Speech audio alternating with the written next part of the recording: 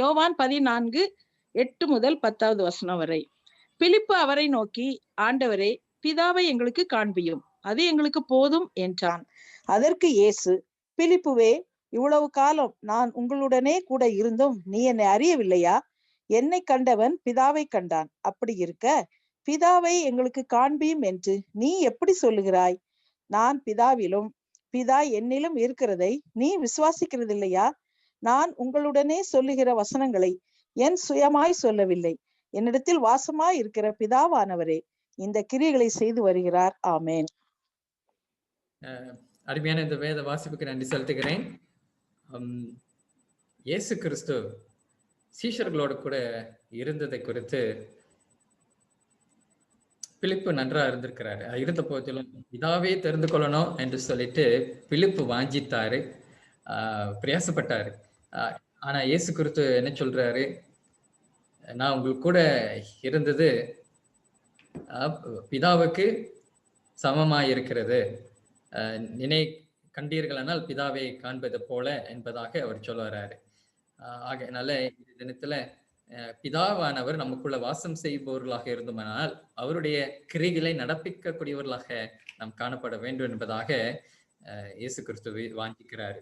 அதனால நம்முடைய கிரிகள் கிறிஸ்துவை காண்பிக்கக்கூடியவர்களாக இருக்க வேண்டும் என்பதாக இங்க இந்த வசனத்தின் வழியாக ஆண்டவர் அதை வலியுறுத்துகிறார். ஆகையினால நம்முடைய கிரிகள் நம்முடைய ஆண்டவரை வெளிப்படுத்தக்கூடியதாக இருக்க வேண்டும் என்பதாக தான் ஆண்டவர் நம்ம இடத்துல இந்த நாளிலே நம்மோடு கூட இந்த தியானத்தின் மூலமாக வெளிப்படுத்துகிறார். நன்றி. இந்த வேளையிலே நாம் ஜெபத்துக்குள்ளாய் கடந்து போகலாம். இன்றைய தினத்துல ஏறத்தாழ 6 குறிப்புகள் தான் இருக்கிறது. இந்த 6 குறிப்புகளும் தயவாக நீங்கள் கவனிக்க முடியும். ஆண்டி சௌந்தர்யா அவர்கள், ஆண்டி சௌந்தர்யா, நீங்க உங்களோட மைக் அன்மியூட் பண்ணிக்கொள்ளுங்க. இந்த ஜெபத்தை ஆண்டி சௌந்தர்யா அவர்கள் சிங்கப்பூர்ல இருந்து நமக்கு ஏறெடுக்கும்படி தாழ்மொழி கேட்டுக்கொள்கிறேன். ஆண்டி சௌந்தர்யா கேக்குதுங்களா? ஆண்டி சௌந்தர்யா, ஆண்டி சௌந்தர்யா, உங்களோட மைக் அன்மியூட் பண்ணிக்கொள்ளுங்க.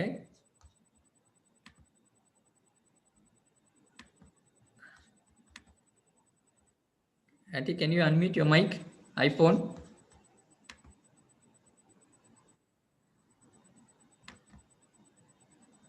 சரி, இந்த குறிப்புகள் ஓகே. ஆண்டி, இந்த குறிப்புகள் நீங்க பார்க்கலாம். உங்களோட ஸ்கிரீன் முன்பாக இருக்கும்.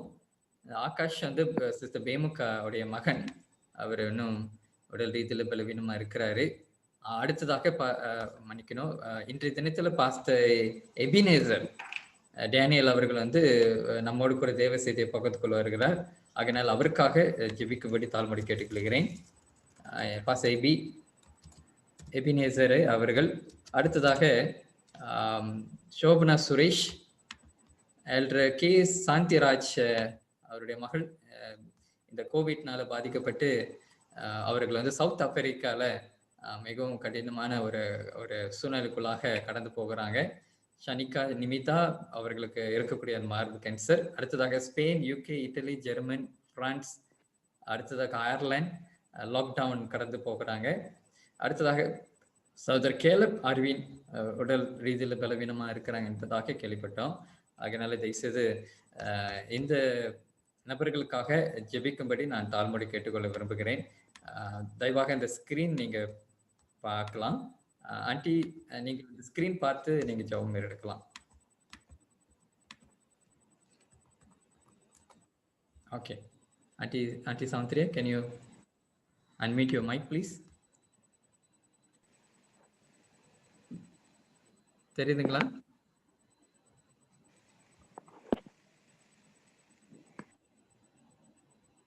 ஆண்டி, உங்களோட மைக் அன்மியூட் பண்ணுங்க. Okay okay, we can hear you. நம்ம இப்ப ஆண்டி உங்க மைக் அன்மியூட் பண்ணிட்டீங்க. Unmute your mic please.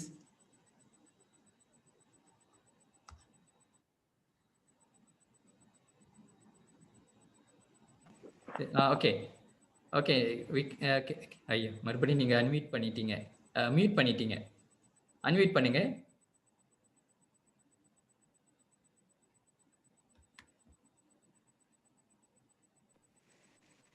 Okay aunty, இப்ப பேசுங்க.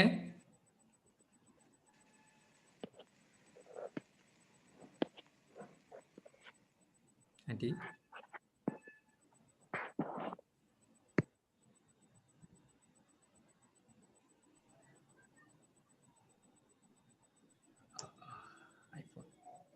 ஐபோன் ஆண்டி, உங்களுடைய மைக் அன்மியூட் பண்ணுங்க.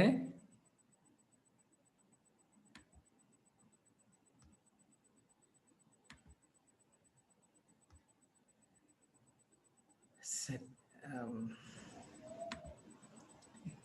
இந்த வேலையில மன்னிக்கணும், ஆண்டி அவர்களுக்கு வந்து மைக்கு கொஞ்சம் பிரச்சனையா இருக்கிறது.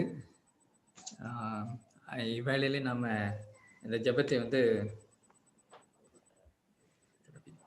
Brother pastor Thangaraj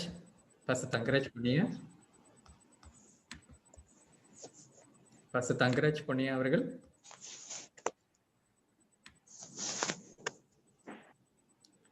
pastor Thangaraj.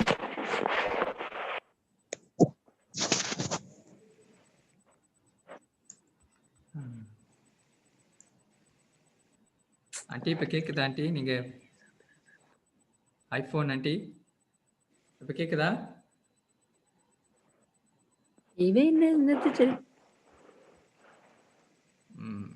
சரி, ஓகே. பாஸ்டர் தங்கராஜ் பொன்னியா அவர்கள், பாஸ்டர் உங்களோட மைக் அன்மியூட் பண்ணுங்க. இந்த வேலையில இந்த 6 குறிப்புகளுக்காக ஜெபம் ஏறெடுக்கும்படி தாழ்மையோடு கேட்டுக்கொள்கிறேன். பாஸ்டர் தங்கராஜ்.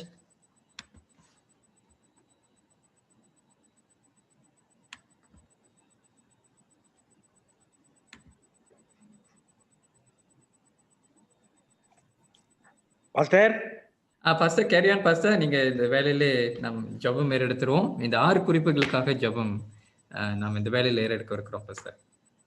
சரிங்க பாஸ்டர். நல்லா கேக்குதுங்களா? கேக்குது pastor, loud and clear. Okay. இரக்கமுள்ள தேவனே, இந்த வருடத்தின் கடைசி பகுதிக்கு வந்திருக்கின்றோம் ஆண்டவரே. எவ்வளவோ உபத்திரங்கள் இருந்தாலும், வேதனைகள் இருந்தாலும், எல்லா விதமான பிரச்சனைகளிலிருந்து எங்களை காப்பாற்றி இந்த வருடத்தின் கடைசி பகுதிக்கு வந்திருப்பதோடு மட்டுமாக வழிநடத்திய தேவன் தொடர்ந்து வழிநடத்துவார் என்ற நம்பிக்கையோடு, விசுவாசத்தோடு எங்களை புதிய வருடத்தில் பிரவேசிப்பதற்கு நீர் எங்களை தயார் செய்து கொண்டிருப்பதற்காக நன்றியோடு நோக்கி ஜெபிக்கின்றோம் ஆண்டவரே. இந்த சோசியல் மீடியா மூலமாக பல மாதங்களாக நாங்கள் இதோ உமது ஊழியத்தின் நிமித்தமாக pastor Edwin, pastor Edward, pastor Frederick, இன்னும் இவரெல்லாம் சேர்ந்து கொடுக்கின்ற அற்புதமான ஆண்டவருக்கு பிரியமான நிகழ்ச்சியின் மூலமாக எங்களுடைய கிறிஸ்தவ வாழ்க்கையையும் எங்களுடைய நம்பிக்கையும் விசுவாசத்தையும் நீர் பலப்படுத்தி கொண்டிருப்பதற்காக நன்றி செலுத்துகிறோம் ஆண்டவரே. இப்பொழுதும் மிஸ்டர் ஆகாஷ் ராஜுக்காக ஜெபிக்கிறோம். அவர்களுக்கு உடல் ரீதியான பிரச்சனை இருக்கின்றது. உலகத்தில் எல்லா மருத்துவர்களையும் விட மிக சிறந்த மருத்துவராகிய நீர் அவரை உமது குணப்படுத்தும் கரங்களால் தொட்டு அவருக்கு பரிபூர்ண குணத்தை நீர் கட்டளையிடும். குடும்பத்தைச் சேர்ந்த ஒவ்வொருவருக்கும் சமாதானத்தை கட்டளையிடும். பாஸ்டர் எபினேசருக்காக ஜெபிக்கின்றோம். இன்றைக்கு பேச இருக்கின்றார்கள், அவரை பலப்படுத்தும் ஆண்டவரே. அவரிடத்திலிருந்து வருகின்ற வசனங்கள், செய்திகள், ஆலோசனைகள் நாங்கள் புதிய வருடத்தில் பிரவேசிக்கிறதுக்கு எங்களுக்கு கிறிஸ்தவ வாழ்க்கை பலப்படுத்தக்கூடியதாக இருக்கட்டும். கேட்கின்ற ஒவ்வொருவருக்கும் அது ஆசீர்வாதம் இருக்கட்டும். செய்தியை கொடுக்கின்ற அவருக்கும், அவருடைய குடும்பத்திற்கும், அவர் ஊழியத்திற்கும் அது துணையாக இருக்கட்டும் ஆண்டவரே. இன்னும் ஷோபா, சுரேஷ், எல்டர் சாந்தராஜ் அவருடைய மகள் மிகவும் கஷ்டமான சூழ்நிலையில் இருக்கின்றார்கள். அவர்களுக்கு நல்ல பரிபூர்ண சுகத்தை கட்டளையிடும், சமாதானத்தை கட்டளையிடும். அவர்களுக்கு வேண்டிய எல்லா விதமான ஆசீர்வாதத்தை நீர் கட்டளையிடும். நீர் அவர்களோடு துணையா இருந்த ஆண்டவரே. கோவிட் வியாதியின் மூலமாக, தொற்று வியாதியின் மூலமாக அவர்கள் போராடி கொண்டிருக்கின்றார்கள். அவர்களுக்கு சிகிச்சை கொடுக்கின்ற மருத்துவர்களையும் நர்ஸுகளையும் நீர் ஆசீர்வாதத்தாலும் உமது கிருபை ஆலோசனை நிமித்தமாக சரியான சிகிச்சைகள் கொடுக்கப்படவும், அந்த மகள் பரிபூர்ணம் குணம் பெற்று இந்த குடும்பத்தோடு சேர்ந்து உமக்கு நன்றி சொல்லி வாழ்நாள் முழுவதும் உமக்கு பிரியமுள்ள குடும்பமாக மகளாக வாழக்கூடிய பெரிதான பாக்கியத்தை நீர் கட்டளையிடும் ஆண்டவரே. ஷானிகா நிஷாந்திக்காக ஜெபிக்கிறோம். அவர்களுக்கு மார்பு புற்றுநோய் இருக்கின்றது. உம்மால் முடியாத காரியம் ஒன்றும் இல்லை ஆண்டவரே. உம்மால் குணப்படுத்த முடியாத காரியம் என்பது உலகத்தில் ஒன்றுமே இல்லை. எல்லாம் சரிப்படுத்தக்கூடிய தேவன். அந்த சகோதரியை நீர் தொடும் ஆண்டவரே. அவர் மேல் இரக்கம் கொண்டு, கருணை கொண்டு, தயவு கொண்டு, அவருக்குள்ள அந்த புற்றுநோய் பரிபூர்ண குணத்தை கட்டளையிட்டு அவர்கள் உமக்கு பிரியமுள்ள மகளாக, பிரியமுள்ள குடும்பமாக, சாட்சியுள்ள குடும்பமாக வாழ வழி நடத்தும் ஆண்டவரே. அதே மாதிரி Spain, United kingdom, Italy, Germany, France, Ireland போன்ற நாடுகளிலே கொரோனா வியாதி பலமாக இருக்கின்ற, அதிகமாக இருக்கின்றது. லாக்டவுன் என்பதனால் மக்கள் பீதியடைந்திருக்கின்றார்கள். ஒன்றுமே செய்ய முடியாத சூழ்நிலை, பல பிரச்சனைகள், உபத்திரங்கள், வேதனைகள். இந்த நாட்டை நீர் சந்தித்திடலும் ஆண்டவரே. இந்த நாட்டில் ஒவ்வொரு மக்களையும், ஒவ்வொரு குடும்பத்தையும், ஒவ்வொரு நபர்களையும் சந்தித்து எல்லோருக்கும் நீர் சமாதானத்தை கட்டளையிடும், ஆசீர்வாதத்தை கட்டளையிடும். ஆண்டவர் துணை இருக்கின்றார் நம்பிக்கையும் விசுவாசத்தை அவர்கள் கட்டளையிடும் ஆண்டவரே. எல்லாம் நீர் பரிபூர்ண குணத்தை தந்தரலும் ஆண்டவரே. பரிபூர்ண சுகத்தை கட்டளையிடும் ஆண்டவர். அதே மாதிரி அலிப் அண்ட் அரவிந்த் அவர்களுக்காக ஜெபிக்கின்றோம். அவர்களும் சுகவீனமாக இருக்கின்றார்கள். உடல் ரீதியான பிரச்சனை இருந்து கொண்டிருக்கின்றது. இந்த பிள்ளைகளை ஆசீர்வதித்து இவர்களுக்கு வேண்டிய சுகத்தையும், பலத்தையும், சமாதானத்தையும், ஆசீர்வாதத்தை கட்டளையிடும். கோடான கோடி மக்கள் இன்றைக்கு உலகத்தில் கீழ்ப்படியாத நிமித்தமாக, பாவத்தின் நிமித்தமாக சாத்தானுடைய சோதனைகளும் வேதனைகளும் அதிகமாக இருந்து கொண்டிருக்கின்றது. நீர் பராக்கிரமம் நிறைந்த தேவன், வல்லமையுள்ள தேவன், குணப்படுத்துகின்ற தேவன், ஈவு, இரக்கம், கருணை, அன்பு, ஆசீர்வாதம் நிறைந்த தேவன். யாருக்கெல்லாம் ஜெபித்துமோ அவர்களோடு இந்த உலகத்திலே சுகீனமாக இருக்க ஒவ்வொரு பிள்ளைகளுக்கு சுகத்தை கட்டளையிடும். சமாதானத்தை நாடி நிற்கின்ற ஒவ்வொரு பிள்ளைகளுக்கு சமாதானத்தை கட்டளையிடும். இந்த சோசியல் மீடியா மூலமாக நடந்து கொண்டிருக்கின்ற, பல மாதங்களாக நடந்து கொண்டிருக்கின்ற இந்த கூட்டத்தை நீர் தொடர்ந்து ஆசீர்வாதம் நடத்துகின்ற பிள்ளைகளை நீர் ஆசீர்வத்தலாம். கலந்து கொண்டிருக்கிற பிள்ளைகளையும் பெருக்கமான முறையில் ஆசீர்வத்தலாம்.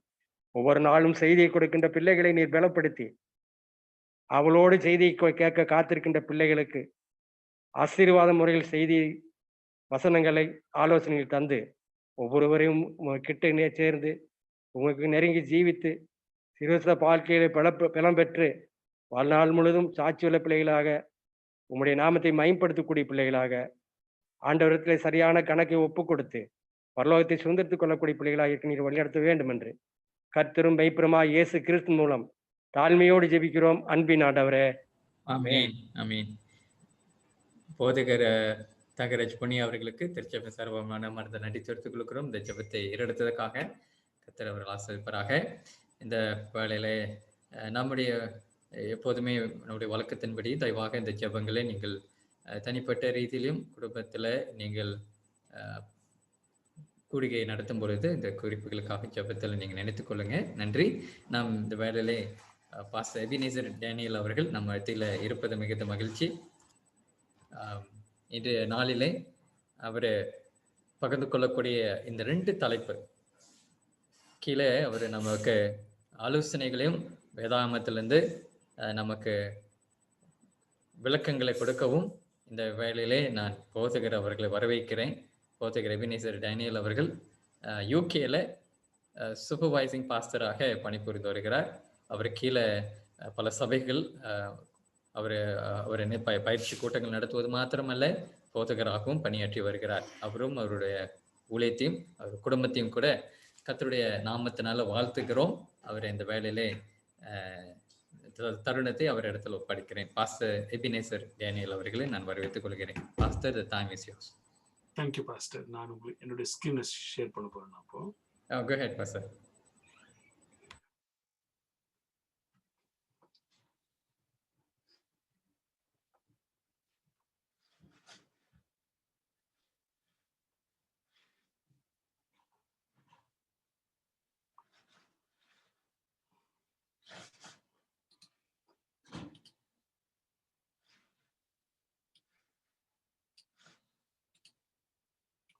Okay, thank you so much.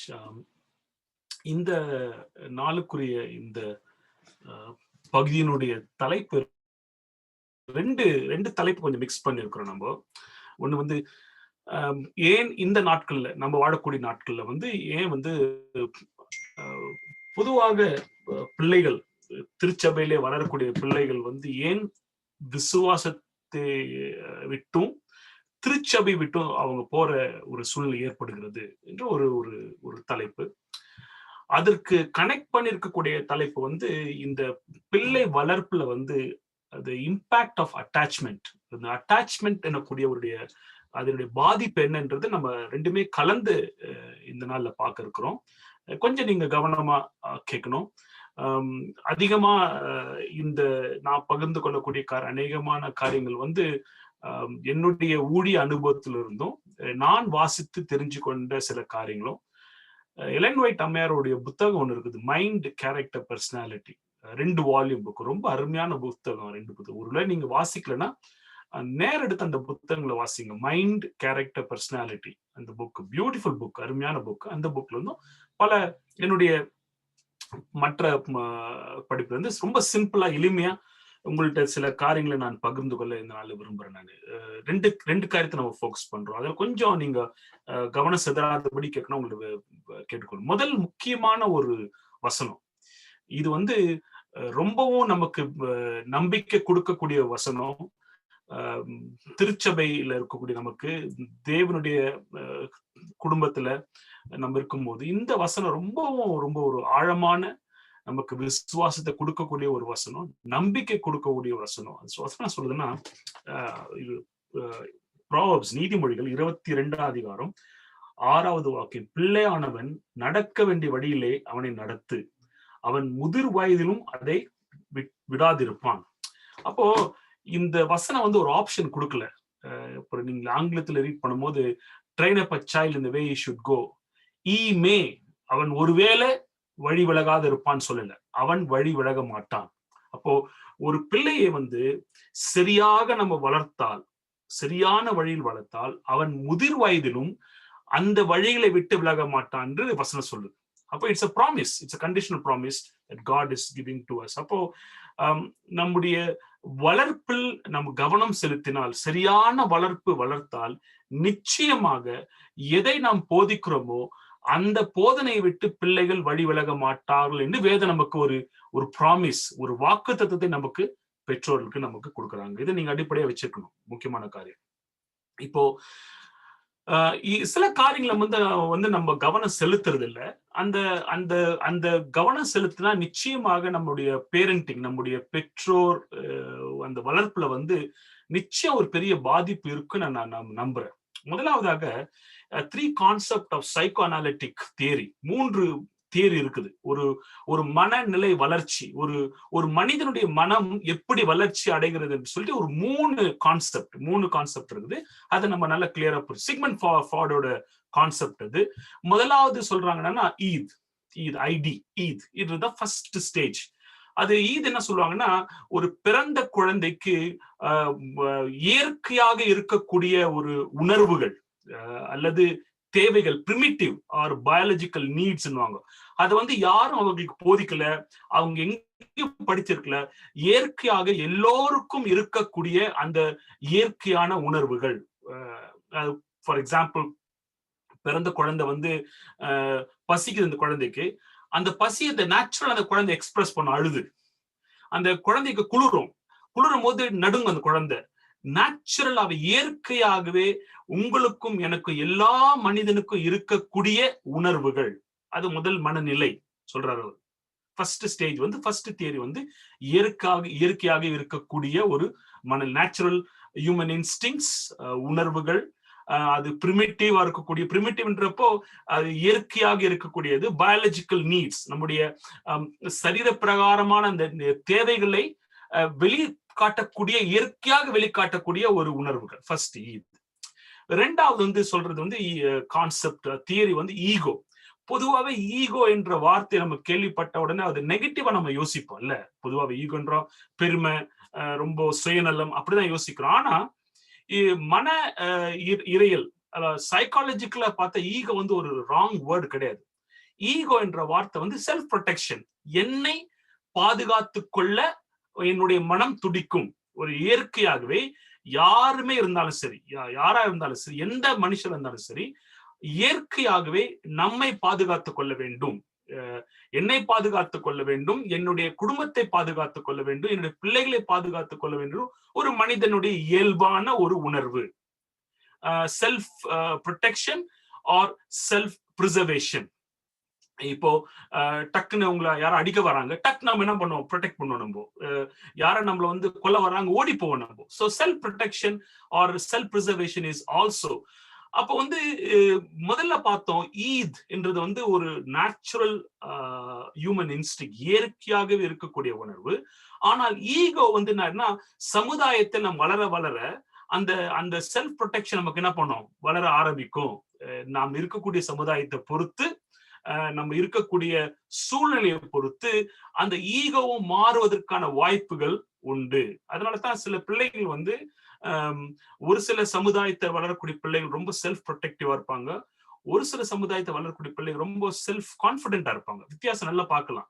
ரொம்ப ட்ராமடைசிங், ரொம்ப சண்டை, போர்க்களமான சூழ்நிலை வளரக்கூடிய பிள்ளைகள், இப்போ சிரியா, நம்ம இலங்கை பகுதியில வளரக்கூடிய தமிழ் பிள்ளைகள், நிறைய போர்க்களத்தை பார்த்தவங்க பிள்ளைகள் வந்து ஆட்டோமேட்டிக்கா செல்ஃப் ப்ரொடெக்ஷன், செல்ஃப் ப்ரிசர்வேஷன் ரொம்ப அதிகமா இருக்கு அவங்களுக்கு. ஏன்னா அவங்க வந்து நிறைய பார்த்திருக்கிறாங்க.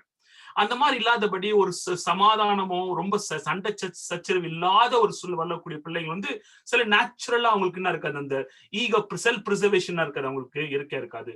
சரி, இப்போ வறுமை நிறைந்த ஒரு நாட்டுல, ரொம்ப வறுமை, குடும்பத்துல வறுமைன்றப்போ அவங்க பொதுவா யூனிவர்சிட்டி எனக்கே இல்லப்பா நான் யார் கொடுக்குறதுன்னு யோசிக்கலாம். அதே வந்து தாராளமாக எல்லாம் செழிப்பா இருக்கக்கூடிய ஒரு ஒரு ஒரு இருக்கக்கூடிய சூழ்நிலை வந்து நான் பிள்ளைங்க என்ன பண்ணுவாங்க, தாராளமா என்ன பண்ண எடுத்து கொடுத்துருவாங்க. ஒரு கொஞ்ச நாளைக்கு முன்ன என்னுடைய பையன் வந்து பிரசிடென்ட் போயிருந்தான், பிரசிடென்ட்ல படிக்கிறாங்க, மெடிக்கல் காலேஜ்ல படிக்கிறாங்க. அவங்க போறாங்க, அவனுக்கு பஸ் பாஸ் எல்லாம் இருந்துச்சு, அவன் கையில இருந்துச்சு. நான் என்ன பண்ணேன், அவருக்கு சரி அவசரத்துக்கு வச்சு அவன் காசே கேட்க மாட்டான், அவர் 10 பவுண்ட் கொடுத்துருந்தான், அவன் இப்ப 10 பவுண்ட் கொடுத்துருந்தேன், ஒரு எமர்ஜென்சிக்கு வச்சுப்பான்னு கொடுத்துருந்தான். அவன்கிட்ட போயிட்டு வந்தான், வந்து என்னப்பா காசுலாம் பத்திரமா கேட்டா, இல்ல டாடி நான் போற வழியில ஒரு ஒரு ஹோம்லெஸ் மேனை பார்த்தேன், 10 பவுண்ட் கொடுத்துட்டேன்னு. எனக்கு நெஞ்சு நின்று போச்சு. நம்ம வரக்கூடிய ஊர்ல இருந்து வரும் 10 பவுண்ட் ஒரு பெரிய அமௌண்ட். அப்போ எட்வர்டு, யூகேல இருக்கக்கூடிய எட்வர்டு, ரவிக்கெல்லாம் தெரியும். நம்ம ஒரு வெளியே ஹோம்லெஸ் பீப்புளை பார்த்தா ஒரு 1 பவுண்ட் 2 பவுண்ட் போடுவோம். உங்களுக்கு வித்தியாசம் தெரியுது அவங்களுக்கு. அப்போ வந்து செல்ஃப் ப்ரொடெக்ஷன் ஈகோ வந்து நாம் வளரக்கூடிய சூழ்நிலையை வந்து நமக்கு பெரிய பாதிப்பை ஏற்படுத்து. செல்ஃப் ப்ரொடெக்ஷன், செல்ஃப் ப்ரிசர்வேஷன் வந்து அது வித்தியாசப்படுறதுக்கான வாய்ப்புகள் உண்டு. ரெண்டாவது, மூன்றாவது ஒரு தியரி, மூன்றாவது நிலை மனம் எப்படி வளர்ச்சி அடைகுதுன்னா, தேர்ட் பிளேஸ் வந்து சூப்பர் ஈகோன்னுவாங்க. சூப்பர் ஈகோ என்றது ஒரு ஒரு ஒரு முதிர்ச்சி அடைகிற வேலையிலே அந்த மாரல், இது சரி இது தவறு, இது வந்து ஃபேர், திஸ் இஸ் அன்ஃபேர் என்ற அண்டர்ஸ்டாண்டிங் வந்து அதற்கு ஏற்றபடி நம்முடைய செயல்களை மாத்துகிறது. அதுதான் வந்து சூப்பர் ஈகோன்னுவாங்க. நான் வந்து ஈதுன்னு சொன்னேன், நேச்சுரல் இன்ஸ்டிங்க்ட், ரொம்ப இயற்கையாக வரக்கூடியது. ஈகோ என்பது என்னுடைய செல்ஃப் ப்ரொடெக்ஷன், என்னை நான் பாதுகாத்துக் கொள்ள வேண்டும், என்னை நான் அரவணைத்துக் கொள்ள வேண்டும், என்னுடைய வளர்ச்சியில் நான் கவனம் செலுத்த வேண்டும் என்ற கூடிய ஒரு மனநிலை. மூன்றாவது வந்து சூப்பர் ஈகோ என்பது வந்து மாரல்.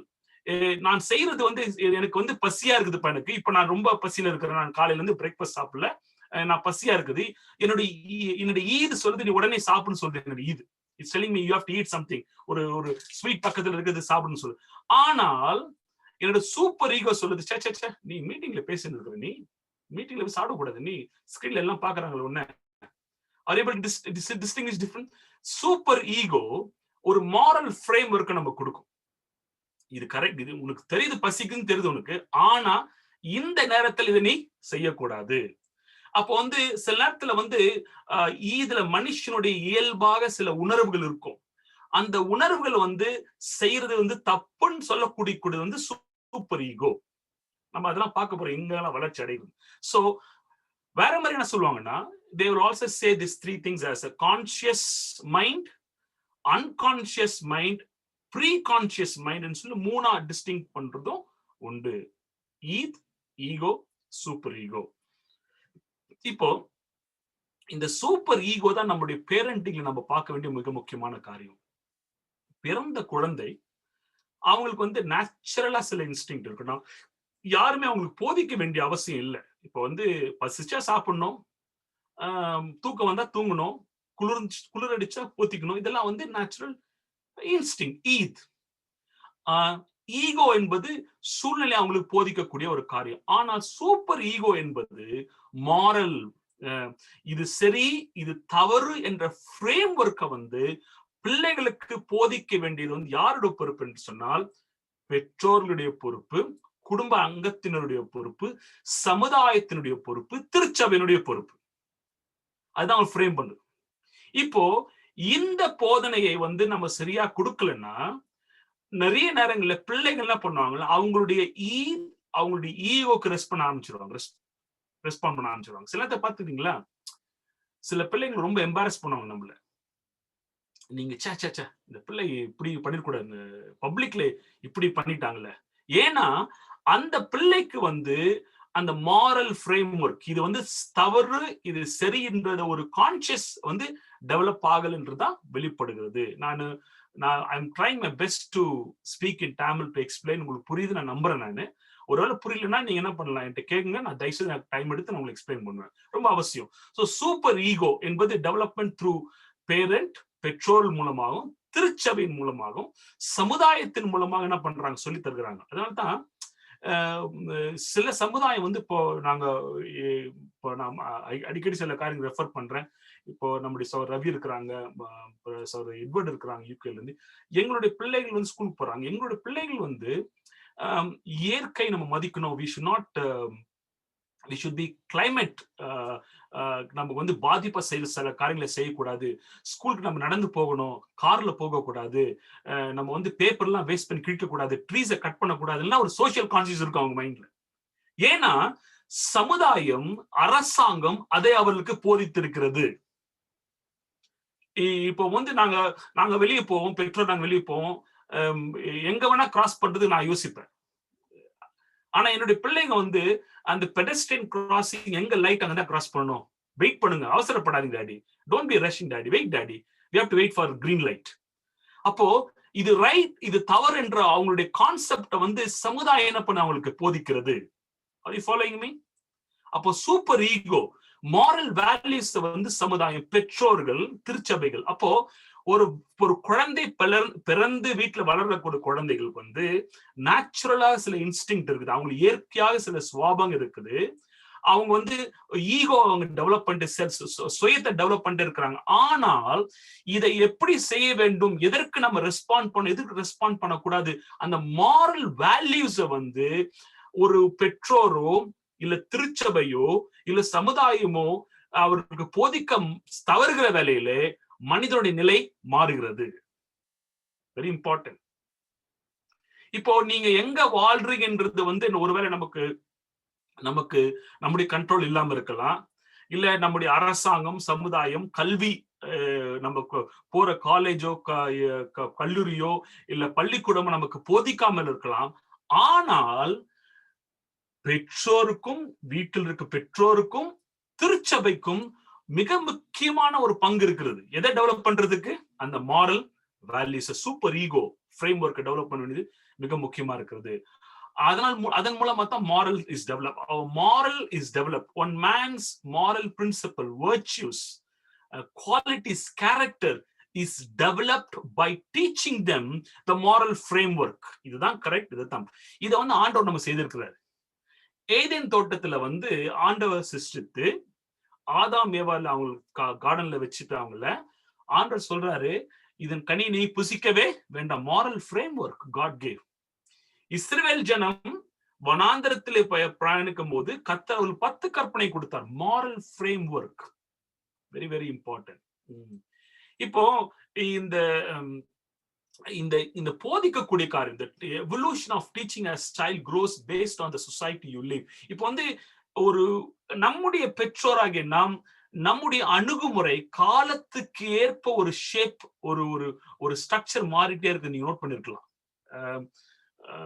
என்னுடைய பெற்றோர், என்னுடைய அம்மா அந்த மீட்டிங் அட்டன் பண்ணிருக்காங்க நம்புறேன், கெட்சி பரிமளன் அட்டன் பண்றாங்க. என்னுடைய பெற்றோர்கள் அவர்களுடைய காலகட்டத்துல வந்து அந்த வேல்யூஸ் மாரல்ல வந்து ஒருவேளை வந்து அதிகாரத்தை யூஸ் பண்ணி ஃபோர்ஸ் யூஸ் பண்ணி என்ன பண்ணிருக்கலாம், பயிற்சி வித்திருக்கலாம். அது அவங்களுடைய காலகட்டம். ஆனால் நான் வாழக்கூடிய காலகட்டத்தில் என்னுடைய பிள்ளைகளுக்கு வந்து அந்த மாரல்ஸ், அவரோட வேல்யூஸ், இது சரி இது தவறு என்பதை வந்து வேறு விதமா போதிக்க வேண்டிய ஒரு நிர்பந்தத்தில் நான் இருக்கிறேன். என்னுடைய பையன்ட்ட போய் பெரம்பு எடுத்துட்டு அவனுக்கு பலாருன்னு கண்டத்துல அரைஞ்சு நீ இது செய்யணும் சொன்னா அது எடுப்படாது. அந்த அப்போ வந்து காலத்துக்கு ஏற்ப சமுதாயத்தினுடைய அமைப்புக்கு ஏற்ப நம்முடைய பேரண்டிங், நம்முடைய எப்படி வந்து பிள்ளைகளுக்கு போதிக்கிறோம், எப்படி மாரல போதிக்கிறோம் வந்து it takes a shape and changes as days goes by. இப்போ 5 விதமான ஒரு அப்ரோச் இருக்குன்னு சொல்றாங்க சைக்காலஜிஸ்ட். எப்படி வந்து நம்ம போதிக்க முடியும் ஒருத்தங்கள்ட்ட வந்து எந்த ஒரு பிள்ளைகள்கிட்டயோ இல்ல அது ஒரு ஆசிரியராகவோ அல்லது திருச்சபை போதகராகவோ 5 விதமாக நம்ம என்ன பண்ணலாம், சில மாரல் வேல்யூஸ போதிக்கலாம் பிள்ளைகளுக்கு, அவங்களுக்கு சொல்லிக் கொடுக்கலாம். ஆனா 5 நான் குயிக்கா சொல்ல விரும்புறேன். முதலாவது அத்தாரிட்டேட்டிவ். ரெண்டு difference, authoritarian and authoritative is 2 different.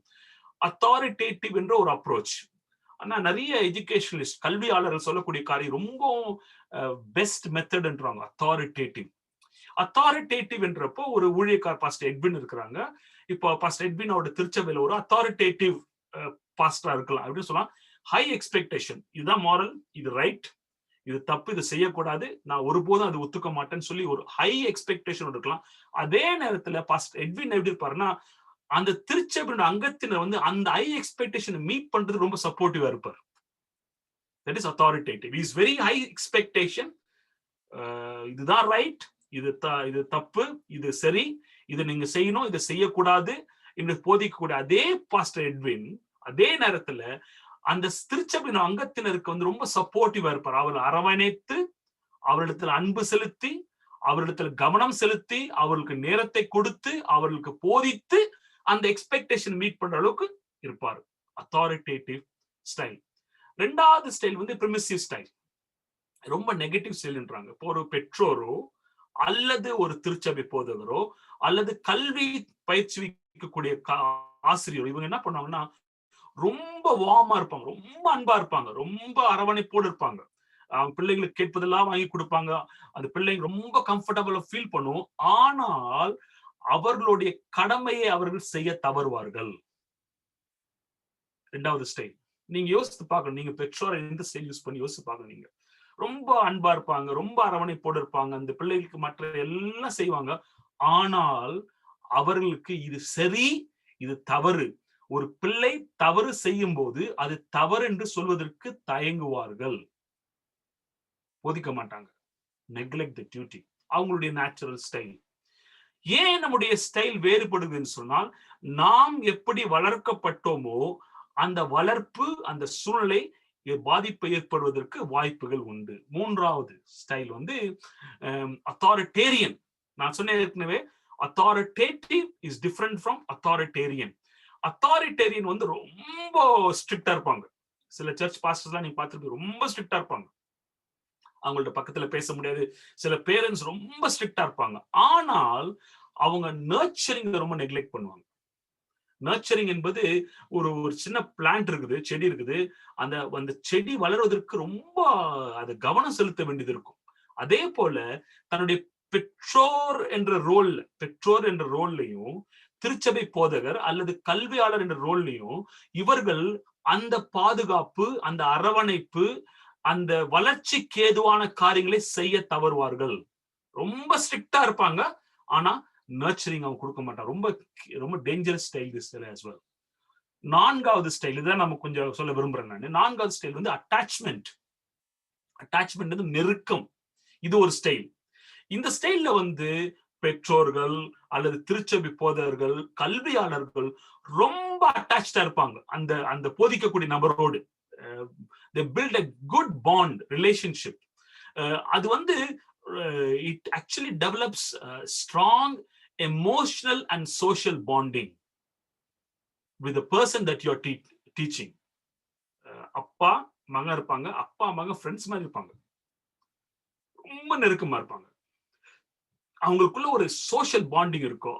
அந்த பிள்ளை வந்து தன்னுடைய தகப்பனிடத்துல வந்து மனவிட்டு பேசக்கூடிய அளவுக்கு அவங்களுக்கு தைரியம் இருக்கும். ஏன்னா அந்த சோஷியல் பாண்டிங் இருக்கும்.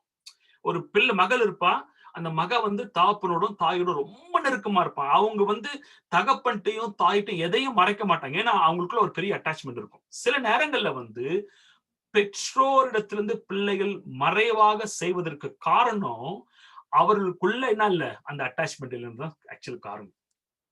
அப்போ அட்டாச்சிங் ஸ்டைல் ரொம்ப ரொம்ப முக்கியமானது. கொஞ்சம் லேட்டர் வந்து பார்ப்போம், டீட்டெயில் பார்ப்போம். அட்டாச்மெண்ட் ஸ்டைல் வந்து they say very very effective style. நீங்க பெற்றோரா இருந்தாலும் சரி, அல்லது வந்து நீங்க வந்து ஆசிரியரா இருந்தாலும் சரி, திருச்சபை போதகரா இருந்தாலும் சரி, அட்டாச்மெண்ட் ரொம்ப முக்கியம். என்னுடைய திருச்சபையில வந்து நான் ஒரு கிட்டத்தட்ட ஒரு இந்த ஊர்ல இங்கிலாந்துல வந்து ஒரு 13 வருஷம் போதகரா இருக்கிறேன். நான் பல திருச்சபைகளுக்கு போதகரா இருந்திருக்கிறேன். இப்போ ஒரு 5 திருச்சபை பாஸ்டரா இருக்கிறேன். நான் எனக்குள்ள ஒரு 7 பாஸ்டர்ஸ் நான் சூப்பர்வைஸ் பண்றேன். ஒரு 30 சர்ச்சஸ் கோஆர்டினேட் பண்றேன். எல்லாம் நான் செய்யறேன். என்னுடைய ஸ்ட்ரென்த் என்னிடத்துல சொல்லக்கூடிய காரியம் வந்து, pastor you are very good have a social relationship with people. என்னுடைய திருச்சபை மூப்பர்கள் வந்து அவங்களுக்கு சில காரியம் பிடிக்கலாம், எனக்காக செய்வாங்க. ஏன்னா I have relationship with them. என்னுடைய பிள்ளை பெரிய பையன் இருக்கிறான், அவன் 20 வயசு, அவனுக்கு 20 இயர்ஸ், அவனுக்கு வாலிபான பையன். அவனுக்கு பிடிச்சிருக்கு சில காரியம் இருக்கும், பிடிக்காத சில காரியம் இருக்கும். ஆனா சில நேரங்களை வந்து செய்வான் நான் சொல்ற காரியங்கள். ஏன்னா dad I like to do because I have a relationship with you. எனக்கு உங்களுக்குள்ள எனக்கு என்ன இருக்குது, ஒரு அட்டாச்மெண்ட் இருக்குது. அப்போ அட்டாச்மெண்ட் நேரம் தேவைப்படுகிறது. நீங்கள் மென்மையாக அவரிடத்துல பேசி அவர்களுக்காக நேரத்தை கொடுக்கும் போது ஒரு பாண்ட், ஒரு சோஷியல் பாண்ட் ஏற்படுகிறது. ரொம்ப கவனமாக அதை நம்ம பார்க்க வேண்டிய காரியம். 5வது காரியம் வந்து ஸ்டைல், வித்தியாசமான style, free range. Modern society use பண்ணக்கூடிய ஸ்டைல், வெஸ்டர்ன் சொசைட்டி யூஸ் பண்ணக்கூடிய ஸ்டைல், மேலை நாடுகள் கூட யூஸ் பண்ண ஸ்டைல் வந்து ஃப்ரீ ரேஞ்ச். ஃப்ரீ ரேஞ்ச்ன்றது அப்படியே பிள்ளைகள் இண்டிபெண்டா விடுவாங்க. அவங்களால யோசிக்க முடியும், அவங்களால திங்க் பண்ண முடியும். அவங்க தவறுகள் செய்வார்கள், ஆனா தவறு இருந்து என்ன பண்ணுவாங்க, மீண்டு வருவார்கள் சொல்லிட்டு ஒரு free range, allowing them to freely range. இப்போ வந்து ஒரு அத்தாரிட்டேரியன் வந்து சொல்லலாம், வீட்டை விட்டு நீ 6 மணிக்கு வீட்டை வெளியே போக கூடாது, நீ நோ யூ கன்சென்ட். ஒரு ஃப்ரீ ரேஞ்ச் சொல்லலாம், நீ போலாம் வீட்டு, ஆனா 7 மணிக்கு வீட்டுக்கு வந்துடணும். You give a rule, you give them freedom, but same time you put a rule as well. Free range என்றது கொஞ்சம் வித்தியாசமான ஒரு ஸ்டைல். ஸோ இது 5 விதமான அப்ரோச். இப்ப நான் எது சொல்ல வரேன்னா, சூப்பர் ஈகோ ஒரு குழந்தையோடைய ஒரு மனிதனுடைய அந்த மாரல் வேல்யூஸ் டெவலப் பண்றதுக்கு teaching plays a very important role. நீங்க எந்த மாதிரி ஸ்டைல நீங்க யூஸ் பண்றீங்கன்றதும் very important. Not only teaching, ஒரு சபையானாலும் சரி, ஒரு குடும்பமானாலும் சரி, பெற்றோராலும் சரி, நீங்க போதிக்கிறது மாத்திரம் இம்பார்ட்டன்ட் இல்ல, நீங்க எந்த ஸ்டைல யூஸ் பண்றீங்கன்றதும் இம்பார்ட்டன்ட். இப்ப நான் ஒரு காரியம் சொல்றேன் உங்கள்ட்ட, நானு சொல்றது முக்கியம் இல்ல, இது எப்படி சொல்லுவீர்கள். சிலருக்கு சொல்லக்கூடிய காரியம் வந்து people can take people back seat. சில மென்மையா சொல்ல, கடினமான காரியத்தை கூட என்ன பண்ணலாம், மிகவும் மென்மையா சொல்ல வாய்ப்புகள் உண்டு. which brings a better outcome in developing super ego. இந்த 5 ஸ்டைல்ல வந்து எந்த ஸ்டைல் வந்து எந்த அணுகுமுறை வந்து அந்த ஒரு மாரல் வேல்யூஸ் ஒரு பிள்ளைகள் மனதுல வந்து எனக்கு இது ஆசை இருக்குது செய்யணும்னு, ஆனா நான் செய்யக்கூடாது. நான் கல்லூரிக்கு போறேன், நான் கல்லூரிக்கு படிக்க போயிருக்கிறேன், அங்க என்னுடைய வாலிமான ஒரு பையனை விரும்புறான், அல்லது வாலிமான பொண்ணு என்ன விரும்புகிறது, ஆனால் அது என்னுடைய இன்ஸ்டிங்க்ட், நானும் வாலிமான பையன், நானும் வாலிமான பொண்ணு, எனக்கு அது ரெஸ்பாண்ட் பண்ண விருப்பமா இருக்குது. ஆனால் இந்த வயதில் நான் அதை செய்யக்கூடாது என்று தீர்மானிக்கக்கூடியதான் சூப்பர் ஈகோ. உங்களுக்கு புரியுது சொல்றது? உங்களுக்கு நேச்சுரல் இன்ஸ்டிங்க்ட் ஒண்ணு இருக்குது, ஆனால் இதை நான் செய்யக்கூடாது.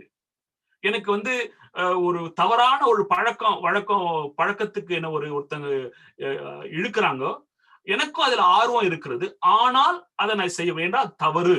Super ego. எந்த அணுகுமுறை இந்த சூப்பர் ஈகோ வந்து டெவலப் பண்றதுக்கு வாய்ப்புகள் உண்டுன்னா, the combination எல்லாம் கவனிச்சீங்க, the combination of authoritative and attachment style. நீங்க பெற்றோரா இருந்தாலும் சரி, நீங்கள் ஒரு போதகரா இருந்தாலும் சரி, இல்ல திருச்சபை தலைவராக இருந்தாலும் சரி, அல்லது ஒரு கல்வியில ஒரு ஆசிரியர் இருந்தாலும் சரி, நீங்கள் எப்பொழுது வந்து அத்தாரிட்டேட்டிவ் ஸ்டைலையும் அட்டாச்மெண்ட் ஸ்டைலையும் பிளெண்ட் பண்றீங்களோ ரொம்ப சக்சஸ்ஃபுல்லா இருக்கும்.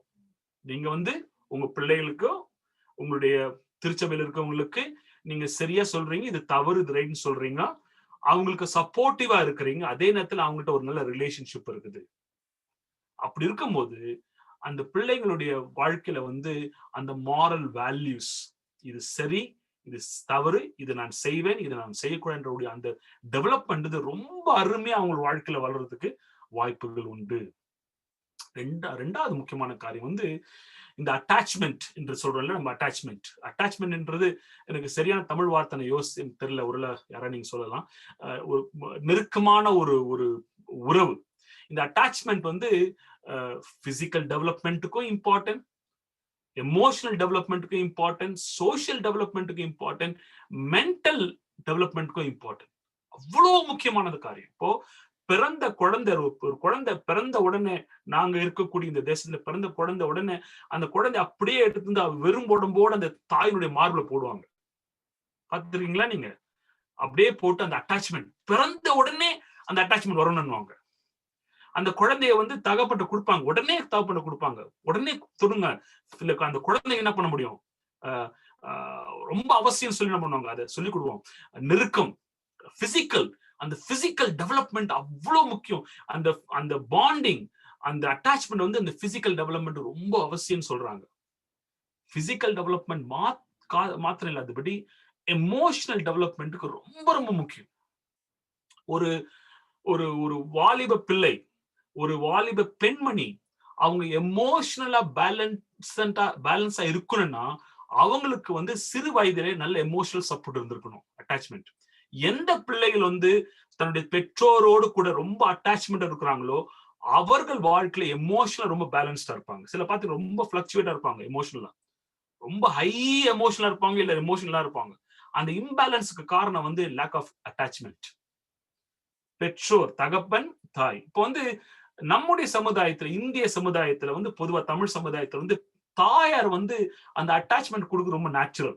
அம்மா மடியில படுத்துக்கிறது, அம்மா சாப்பாடு ஊட்டி விடுறது, நமக்கு அம்மா அரவணைக்கிறது ரொம்ப நேச்சுரலா இருக்கும். ஆனா அநேக நேரங்கள்ல தகப்பன் வந்து செய்யறது இல்ல. அது நீங்க பாத்திருப்பீங்களா? ரொம்ப நமக்கு வந்து டிட்டாச்சா இருப்போம் அப்பெல்லாம்.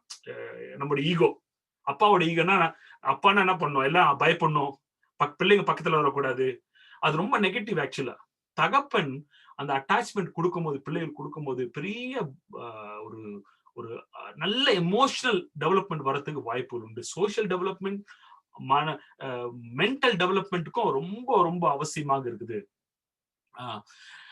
இப்போ அட்டாச்மெண்ட் இல்லாத ஒரு வளர்ப்புல, அந்த நெருக்கம் இல்லாத ஒரு பெற்றோருடைய வளர்ப்புல வளரக்கூடிய பிள்ளைங்க வந்து பிற்காலத்துல வந்து அவங்க they can be very rebellious and distrustful. Are you following me? நீங்க பாப்பாங்க, சார் பாஸ்டர் இந்த பிள்ளை நம்ப முடியல பாஸ்டர், 15 வயசு வரைக்கும் ரொம்ப நல்ல கீழ்ப்படிஞ்சு இருந்தா பாஸ்டர், நான் சொல்றதெல்லாம் செய்வேன் பாஸ்டர், இப்ப 16-17 வயசு ஆயிடுச்சு, அவ்வளவு எதிர்த்து பேசுறான், என்ன நான் சொல்றதுக்கெல்லாம் பதில் சொல்றான், ரொம்ப கோவப்படுறான். அதுக்கு காரணம் வந்து லேக் ஆஃப் அட்டாச்மெண்ட். அப்போ ஒரு வயது வரைக்கும் அந்த பிள்ளைகள் ரொம்ப பிளைண்டா ஒபே பண்ணும். உங்களுக்கு ஒரு 8 வயசு, 9 வயசு, 10 வயசு, 11 வயசு வரைக்கும் பிளைண்டா ஒபே பண்ணுவாங்க. அதே பிள்ளைகள் அட்டாச்மெண்ட் இல்லாத நேரத்துல வந்து ஒரு ஸ்டேஜுக்கு அப்புறம் becomes very rebellious and they won't trust the parents. அவங்க சபையை நம்ப மாட்டாங்க, பெற்றோரை நம்ப மாட்டாங்க, டிஸ்ட்ரஸ்ட் பண்ணுவாங்க, ரிபல்லியஸ், எல்லாத்துக்கும் ரிபல்லியஸா இருப்பாங்க. அதுக்கு காரணம் லேக் ஆஃப் அட்டாச்மெண்ட். ரொம்ப கவனிக்க வேண்டிய சில காரியங்கள். இந்த டிட்டாச்மெண்ட், அதுக்கு ஆப்போசிட், அட்டாச்மெண்ட்டுக்கு ஆப்போசிட் டிட்டாச்மெண்ட். இந்த டிட்டாச்மெண்ட் பத்தி சில ரிசர்ச் பண்ணாங்க. இப்போ ஒரு சமீப சொல்ல முடியாது, ஒரு பர்டிகுலர் ரிசர்ச் வந்து செகண்ட் வேர்ல்ட் வார்க்கு அப்புறம் ஜெர்மன்ல நடந்த ஒரு ரிசர்ச். இப்போ செகண்ட் வேர்ல்ட் வார்க்கு அப்புறம் நிறைய குழந்தைங்க வந்து ஆர்ஃபன் ஆயிட்டாங்க, பெற்றோர் இறந்துட்டாங்க. இது வந்து ரொம்ப செழிப்பான சமுதாயத்தில் வளர்ந்த இந்த பிள்ளைங்க, பெற்றோர்கள் வந்து அவருக்கு வந்து சூப்பர் ஈகோ வளர்த்த ஒரு சமுதாயம், ரேஸ், அவங்களுடைய ரேஸை குறித்த ஒரு பெருமை உள்ளவங்க. Germans are the most proud people.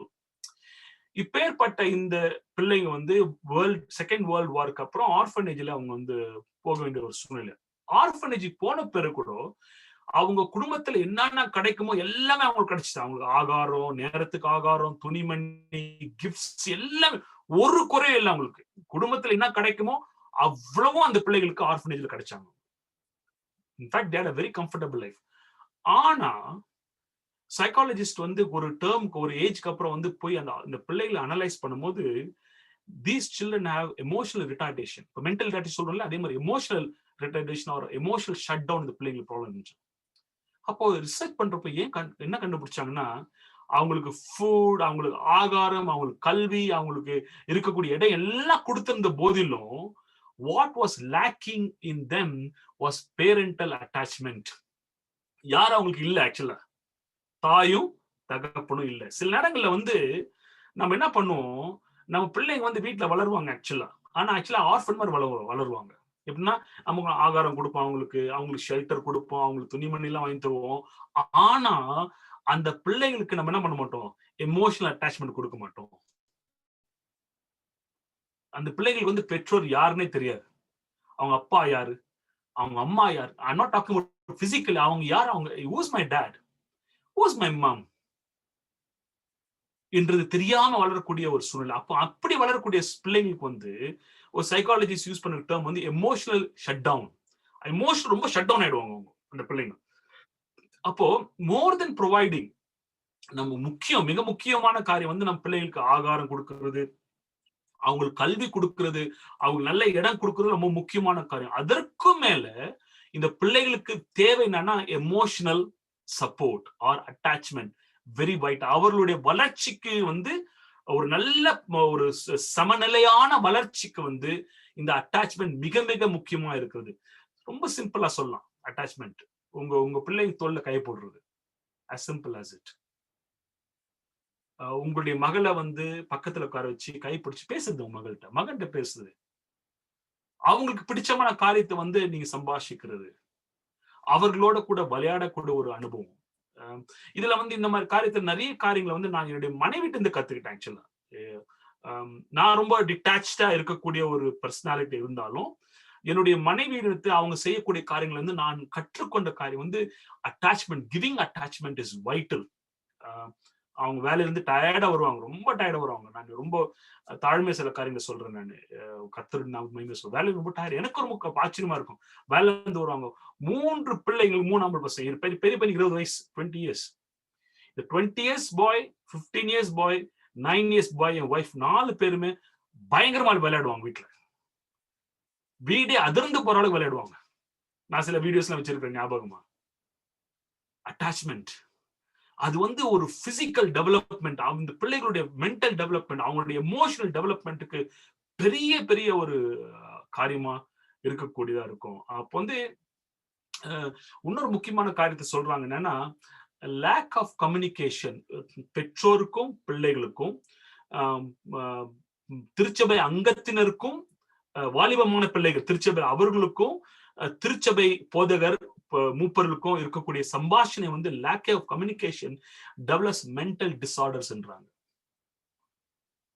ரொம்ப முக்கியமான காரியம் வந்து டாக்கிங். நம்ம வந்து சாபத் ஸ்கூல்ல போய் பேசுவோம், பைபிள் ஸ்டடியில பேசுவோம், ஆனா பிள்ளைங்களை பேச மாட்டோம். as simple, ரொம்ப எளிமையான காரியம் வந்து பேசுறது. It's very important. சரி, நான் மூவ் பண்றேன் குயிக்கா. இந்த அட்டாச்மெண்ட் டிட்டாச்மெண்ட் பத்தி ஒரு ஒரு ஒரு நல்ல ஒரு சம்பவம் உங்களுக்கு நீங்க ஒரு பார்த்திருப்பீங்க. நம்ம கொஞ்சம் ஒரு சில ஆண்டுகளுக்கு முன்பதாக ஆஸ்திரேலியா நடந்த ஃபயர் பாத்தீங்களா நீங்க? அப்படியே நிறைய பகுதி எரிஞ்சு சாம்பலானது, அவ்வளவு நாட்கள் எரிஞ்சுட்டே இருந்துச்சு. அப்போ எரிஞ்சு கொண்டிருக்கிற வேலையில வந்து அவங்க வந்து அந்த கேங்க்ரூஸ், நிறைய சின்ன சின்ன ஸ்மால் லிட்டில் கேங்க்ரூஸ் வந்து அவங்களுடைய அதனுடைய பெட்ரோலை இறந்துட்டாங்க. It was alone. அப்ப அந்த சோல்ஜர்ஸ் பண்ண ஃபர்ஸ்ட் திங் என்ன பண்ணாங்கன்னா, அப்படியே அந்த கேங்க்ரூ அட்டாச் பண்ணிட்டு அப்படியே they were holding it. ஏன்னா அந்த அந்த அந்த லிட்டில் கேங்க்ரூவுடைய வளர்ச்சியில வந்து அந்த ஹக்கிங் இஸ் சோ இம்பார்ட்டன்ட்.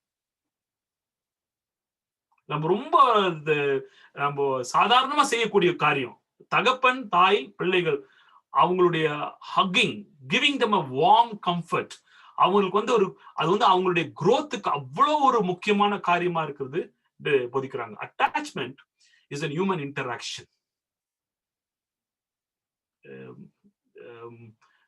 நீங்க பெற்றோராகிய நீங்கள் நானும் நம்முடைய பிள்ளைகளோட கூடிய attachment is a human interaction.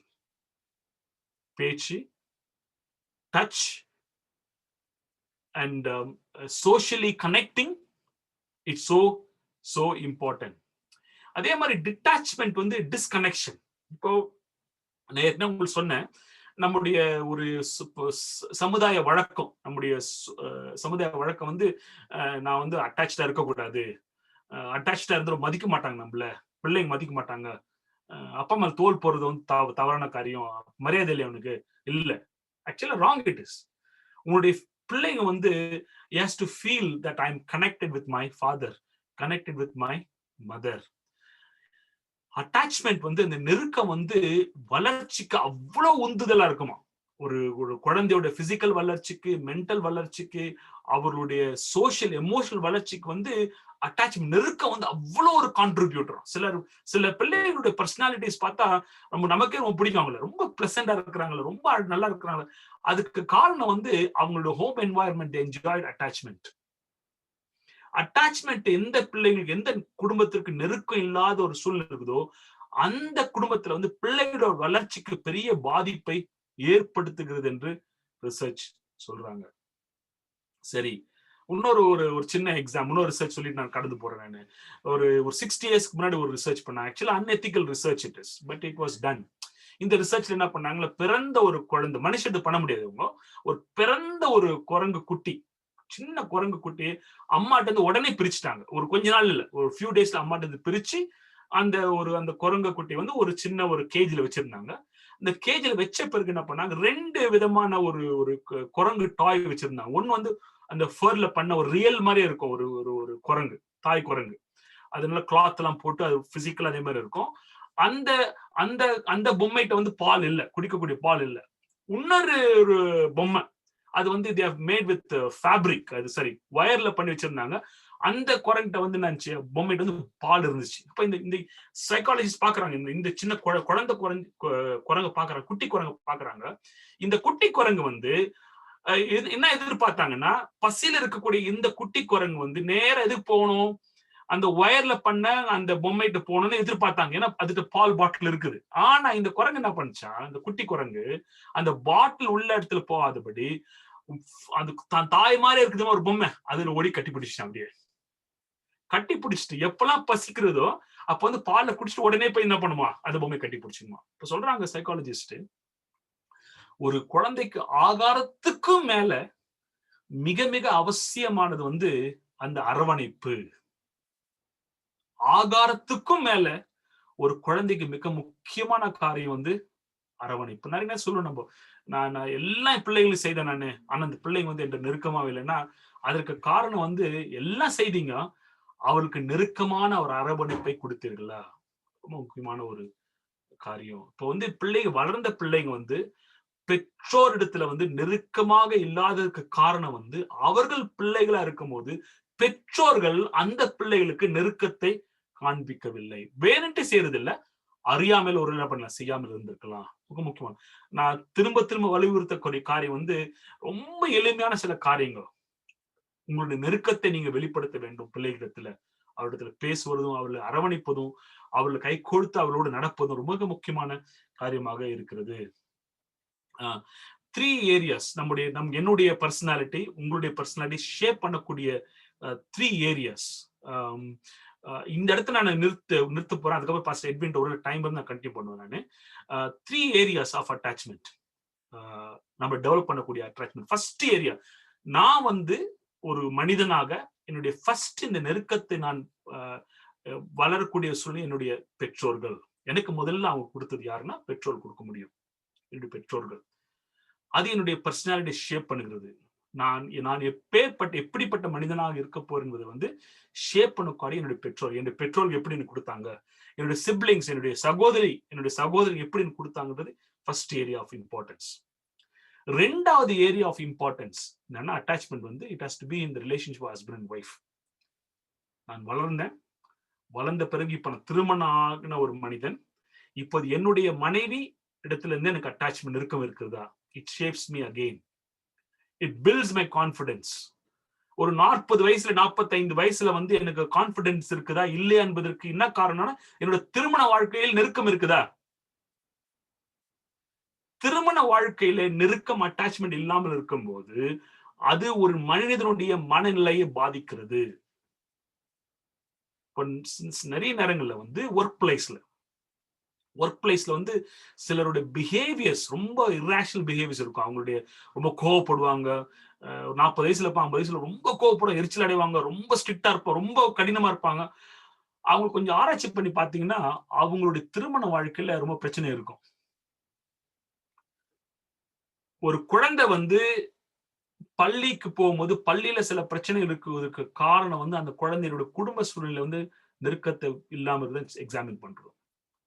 ஒரு வளர்ந்த மனிதனிடத்துல வந்து அட்டாச்மெண்ட் லேக்கா இருக்கும்போது அவனுடைய பிஹேவியரும் பாதிக்க வாய்ப்பு. மூன்றாவது அட்டாச்மெண்ட் சொசைட்டி, அதான் திருச்சபை.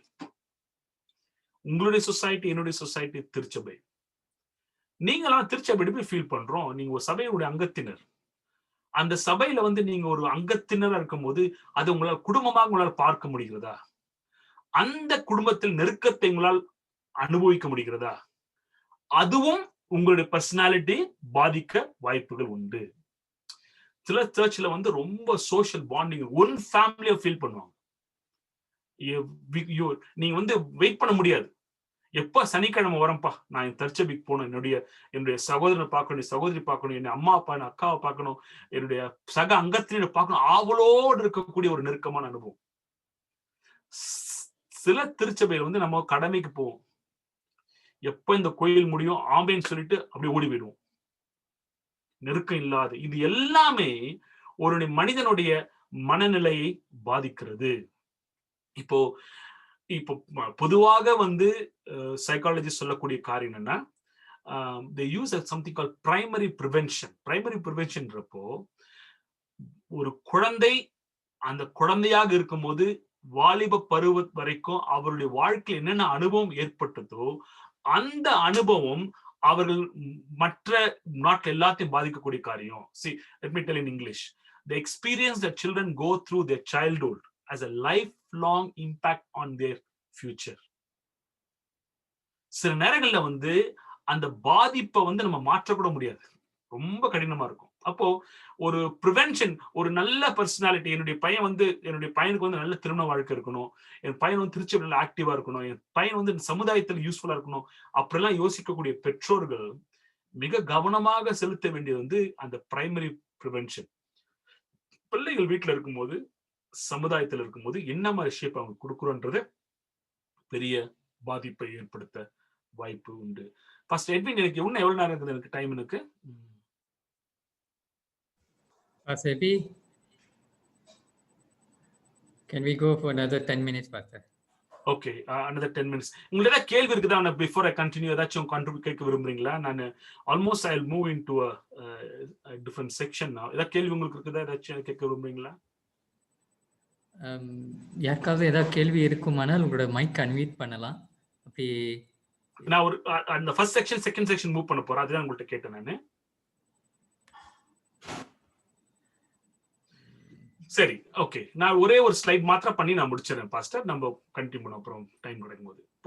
இப்போ ஃபர்ஸ்ட் காரியத்தை நம்ம என்ன பார்த்தோம்னா, இந்த அட்டாச்மெண்ட், இந்த நெருக்கம் எவ்வளவு ஒரு பெரிய முக்கியமான காரியத்தை நம்ம பார்த்தோம். இப்போ நம்ம வாழக்கூடிய காலம் இது வந்து போஸ்ட் மாடர்ன் எரான்வாங்க. போஸ்ட் மாடர்ன் இந்த டைம்ல நம்ம திஸ் ஏஜ் 21st century, இது வந்து போஸ்ட் மாடர்ன் எரா பீரியட்னு சொல்லுவாங்க. இந்த நாட்கள வாழக்கூடிய பிள்ளைகளுடைய மனநிலையை சரியாக புரிந்து கொள்ள வேண்டியது மிக மிக அவசியமா இருக்கிறது. போஸ்ட் மாடர்ன் மைண்ட்ஸ், ஒரு போஸ்ட் மாடர்ன் மைண்ட் எப்படி திங்க் பண்ணுவாங்க? என்னுடைய மகன் இந்த 21st century 2000 பிறந்த மகன், how he sees things, அவன் எப்படி காரியங்களை பார்க்கறான், அவன் எப்படி கம்யூனிகேட் பண்றான், அவனுடைய வெறுப்புகள் என்ன, அவனுடைய பார்வை என்ன என்பதை புரிந்து கொள்ள வேண்டியது மிக மிக அவசியமாக இருக்கிறது. நான் 1970 பிறந்த 1975 பிறந்த நான் இன்னைக்கு என்ன அப்படிதான் நான் இருப்பேன்றது இல்லை. இந்த காலகட்டத்திலே ஒரு பிள்ளைகள் எப்படி, அவர் பார்வை எப்படி இருப்பேன்னு அறிந்து கொள்வது மிக முக்கியமா இருக்கிறது. அப்போ இந்த போஸ்ட் மாடர்ன் எரா, இந்த பீரியட்ல இருக்கக்கூடிய வந்து ஒரு சில main events as shaped this mind. இந்த காலகட்டத்தை சில காரியங்கள் மேஜர் ஈவென்ட்ஸ் பாதிச்சிருக்கிறது. ஃபர்ஸ்ட் காரியம் லிஸ்ட் சொல்றேன் பாருங்களேன். ஃபர்ஸ்ட், the whole society, சமுதாயமே இண்டஸ்ட்ரியல் ரெவல்யூஷனுக்கு அப்புறம் கம்ப்ளீட்டா மாறிடுச்சு. இட்ஸ் இந்த ஒரு ஸ்லைட் நான் உங்களுக்கு 1 hour சொல்றேன். உங்களுக்கு அவ்வளவு இருக்குது இதுல. நான் குயிக்கா சொல்லி முடிச்சிடறேன் 10 minutesல. இந்த இண்டஸ்ட்ரியல் ரெவல்யூஷன்ஸ், அந்த இண்டஸ்ட்ரியல் புரட்சின்னுவாங்கல்ல, அந்த புரட்சிக்கு பிறகு உலக சமுதாயம் கம்ப்ளீட்டா மாறிடுச்சு. இப்போ இண்டஸ்ட்ரியல் ரெவல்யூஷனுக்கு முன்பதாக மனிதனிடத்துல வந்து நேரம் அதிகமாக இருந்தது. அந்த காலகட்டத்தில் இண்டஸ்ட்ரியல் புரட்சி ஏற்படுறதுக்கு முன்பதாக வந்து அவ்வளவு ரிலாக்ஸ்டா இருந்தாங்க சமுதாயம். ஆனால் இண்டஸ்ட்ரியல் ரெவல்யூஷன் வந்து வந்த பிறகு அவைகள் industrial revolution has really had a great impact on families. குடும்ப வாழ்க்கை பெரிய பாதிப்பை ஏற்படுத்துச்சு. நான் ஒரு மெம்பர்கிட்ட பேசிட்டு இருந்தேன். அவங்க வந்து இந்த ஊர்ல பிறந்து வளர்ந்தவங்க, இங்கிலீஷ் ஒயிட் இங்கிலீஷ் ஃபேமிலிஸ். அவங்கள்ட்ட கேட்டிருக்கும் போது நான் கேட்டேன், ஏன் வந்து இந்த சமுதாயத்துல ஏன் திருமணம் பண்ணிக்க மாட்டாங்க? why marriage is not that important? ஏன் சிங்கிளாவே இருக்கிறாங்க? அப்போ அவங்க சொன்னக்கூடிய காரியம் வந்து ஷாக்கிங் ஆயிடுச்சு. Pastor, before industrial revolution we are a normal family, சாதாரணமா இருந்தோம். ஆனா இண்டஸ்ட்ரியல் ரெவல்யூஷன் பிறகு family was been shattered. உங்களுடைய இண்டஸ்ட்ரியல் ரெவல்யூஷன் பிறகு ஒரு தனி மனிதனுடைய வளர்ச்சிக்கு வந்து திருமணம், குடும்ப வாழ்க்கை பாதிப்பை ஏற்படுத்தினது. ஒருவேளை சின்ன எக்ஸாம்பிள் உங்களுக்கு சொல்றேன்னா, இப்ப நாங்க வாழக்கூடிய இந்த சமுதாயத்துல, நான் சொல்ற யூகேல வந்து உங்களுடைய ப்ரொஃபஷனல், உங்களுடைய கரியர், உங்களுடைய ஜாப்ல வந்து நீங்க வளர்ச்சி பெறணும்னா ஆக்சுவலா குடும்ப வாழ்க்கை ரொம்ப தடையா இருக்கும். உங்களுக்கு திருமணம் ஆகல, உங்களுக்கு குழந்தை இல்லைன்னா நீங்க அப்படியே மேல மேல போயிட்டே இருக்கலாம். நான் சொல்ற கரெக்டா? நீங்க வந்து ஒண்ணு உங்களுடைய ப்ரொஃபஷனல் growth இல்ல குடும்பம் சூஸ் பண்ணீங்கப்பா. நிறைய நேரங்கள்ல வந்து எங்களுடைய வளர்ச்சியை வந்து நாங்க வந்து சாக்ரிஃபைஸ் பண்ண வேண்டியதுக்காக சாக்ரிஃபைஸ் பண்ணோம், குடும்பத்துக்காக சாக்ரிஃபைஸ் பண்ணி ஆகணும். அப்போ industrial revolution had a great impact on families. First காரியம் ஷேப் மாத்திச்சு அப்படியே. ரெண்டாவது காரியம் வந்து கேபிட்டலிசம். இப்ப இந்தியா மாதிரி தேசம் வந்து it's just moving into capitalism. இந்த கேபிட்டலிசம் பொருளாதார இந்த அப்ரோச், அந்த பொருளாதார இந்த அப்ரோச், கேபிட்டலிசம் வந்து சோசியலிசம் ஒரு அப்ரோச், கேபிட்டலிசம் ஒரு அப்ரோச். இந்த கேபிட்டலிசம் வந்து கம்ப்ளீட்டா இஸ் சேஞ்சிங் தி ஃபேமிலிஸ். அப்ப ஒரு சின்ன எக்ஸாம்பிள் சொல்றேன்னா, the measure of family success is based on your economic progress. ஒரு குடும்பம் வளர்ந்திருக்கிறதா வளர்ச்சி பெறல எதை வைத்து மெஷர் பண்ணனா, அவங்களுக்கு பொருளாதாரத்தை வைத்தா மெஷர் பண்றோம். இப்ப நம்ம வேற எதை வச்சு மெஷர் பண்றது இல்ல. அவங்க அன்பா இருக்கிறாங்களா, அந்யுன்யமா இருக்கிறாங்களா, விசுவாசத்தில் இருக்கிறாங்க, அதெல்லாம் யாரும் பாக்குறது இல்ல. அவங்க எவ்வளவு பேர் வீட்டுல இருக்கிறாங்க, அவங்க எந்த காரை ஓட்டுறாங்க, அப்ப நல்ல வளர்ச்சியா இருக்கும் குடும்பத்துல, நல்ல வளர்ந்து பிள்ளைங்க நல்லா வளர்ந்துருக்காங்க, அப்ப பெரிய டாக்டரா இருக்கிறாங்க, பெரிய இன்ஜினியரா இருக்கிறாங்க. அப்போ வந்து கேபிட்டலிசம் நம்முடைய போக்கஸை மாத்திடுச்சு. அது கேபிட்டலிஸ்டுக்கு முன்பாடி வந்து நம்ம பார்த்த பார்வை வேறு, இப்போ நம்முடைய வளர்ச்சின்ற பார்வை வேறு. Too different. ரெண்டாவது காரியம் எப்படி பாதிப்பு ஏற்படுத்துறாங்க, நம்முடைய பார்வையே மாறிடுச்சு. கிறிஸ்தவர்களாகிய நம்முடைய பார்வைகிட்ட மாறிடுச்சு. வெளி சமுதாயம் இல்லை, நம்முடைய பார்வை மாறிவிட்டது. இன்னைக்கு வந்து we live in a market driven society. Demand இல்லைன்னா அப்படி எல்லாம் கொலாப்ஸ் ஆயிடும் மார்க்கெட். அந்த மார்க்கெட் ட்ரிவன் சொசைட்டில வந்து நம்ம எல்லாரும் மாட்டி இருக்கிறோம், நம்ம எல்லாருமே including me. It's like a web. அது குடும்ப வாழ்க்கையை கடினமாக மாற்றியுள்ளது. இன்னைக்கு பல காரியங்களை கான்சியஸா நம்ம செய்ய மாட்டோம். If we are not market driven, we will never do it. ரொம்ப கண்டென்ட்டா இருப்போம் நம்ம. நாங்க நேத்து நானே என்னோட மனைவி பேசிட்டு இருந்தோம். எங்களுடைய பெங்களூர் வாழ்க்கையை பற்றி பேசினோம். நம்ம என்ன குறை இருந்துச்சு நம்மள்ட்ட? ஒரே ஒரு ரூம், சின்ன ரூம். அந்த பெட்ரூம்ல கட்டில் மாத்திரம் எங்களால் போட முடியும். ஒரு குறை இல்லை. ஆனால் அந்த மார்க்கெட் ட்ரிவன் சொசைட்டினால நாங்கள் எங்களுடைய தேவையை மாத்திரம் யோசிக்கல, சமுதாயம் என்னை எப்படி பார்க்கிறது என்பதை நான் பார்க்க ஆரம்பிச்சிட்டேன். எனக்காக மாத்திரம் நான் வாழாதபடி சமுதாய பார்வைக்காக நான் வாழ ஆரம்பித்து விட்டேன். 10 பேர் இங்கிலாந்து போனாங்கப்பா, நான் இருந்த சரிப்பட்டு வர்றாரு, நானும் போனேன் இங்கிலாந்துக்கு. என்னுடைய பார்வை இஸ் பீன் மார்க்கெட் ட்ரிவன். சமுதாயம் என்ன செய்கிறது, அவங்க என்ன வாங்குறாங்க, இவங்க என்ன வாங்குறாங்க, அதை வாங்குறோம் நம்ம. இப்போ எனக்கு தேவையா இல்லைன்றது செகண்டரி. அப்ப மார்க்கெட் ட்ரிவன் சொசைட்டில வந்து அந்த அந்த அழுத்தம் வந்து எதை பாதிக்கிறதுனா குடும்பத்தை பாதிக்கிறது.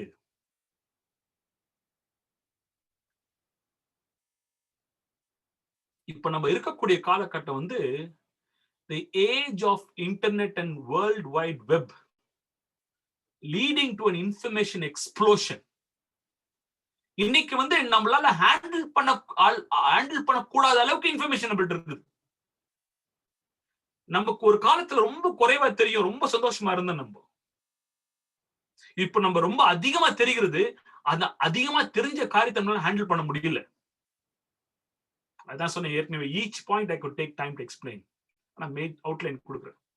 இன்னைக்கு இந்த சமுதாயத்தை வளரக்கூடிய பிள்ளைகளுடைய அவங்களுக்கு வந்து இந்த போஸ்ட் மாடர்ன் சொசைட்டில அவங்களுக்கு முன்பதாக இன்ஃபர்மேஷன் எக்கச்சக்கம். இந்த இன்ஃபர்மேஷன் எக்ஸ்ப்ளோஷன் வந்து அவங்களுடைய பர்சனாலிட்டி, அவங்களுடைய வெறுப்பு எல்லாவற்றையும் பெரிய பாதிப்பை ஏற்படுத்தியிருக்கிறது. நாங்க சின்ன பசங்களா இருக்கு, நான் என்னுடைய சகோதரன், நான் என்னுடைய தம்பி ஆமோஸ், 2 வயது எங்களுக்கு டிஃபரன்ஸ். எங்களுடைய பாஸ்ட் டைம், நாங்க சின்ன பசங்களா இருக்கும் போது எங்களுடைய பாஸ்ட் டைம் வந்து சர்ச்சுக்கு போறது பாஸ்ட் டைம். ஏன்னா வேற ஒரு இடமே எங்களுக்கு இல்ல. வெனஸ்டே மீட்டிங் நாங்க ஓடுவோம், எங்காவது ஒரு ஜப கூட நாங்க ஓடி போயிடுவோம். நாங்க சர்ச்ல ஃபுல் டே இருப்போம், வேற ஒண்ணுமே எங்களுக்கு இல்ல, என்டர்டைன்மெண்ட் இல்ல எங்களுக்கு. அப்படி இல்லைன்னா என்ன பண்ண முடியும், என்னுடைய கசின்ஸ் வீட்டுக்கு போயிடுவோம் நாங்க. ஆனால் இந்த நூற்றாண்டில் வாழக்கூடிய பிள்ளைகளுடைய டிஸ்ட்ராக்ஷன் எக்கச்சக்கம்.